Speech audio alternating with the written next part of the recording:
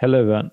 As you know, my name is Vishnu. So I'm working as MFD with other partners group before coming to Rupeezy. But end of the day, it matters is a service. So if you're working with your clients and they ask you any doubts or come off with any issues, definitely you should able to solve it within a few hours or within a day. At least maximum is 2. You can't give a reasons or kind of a timeline postponing or anything.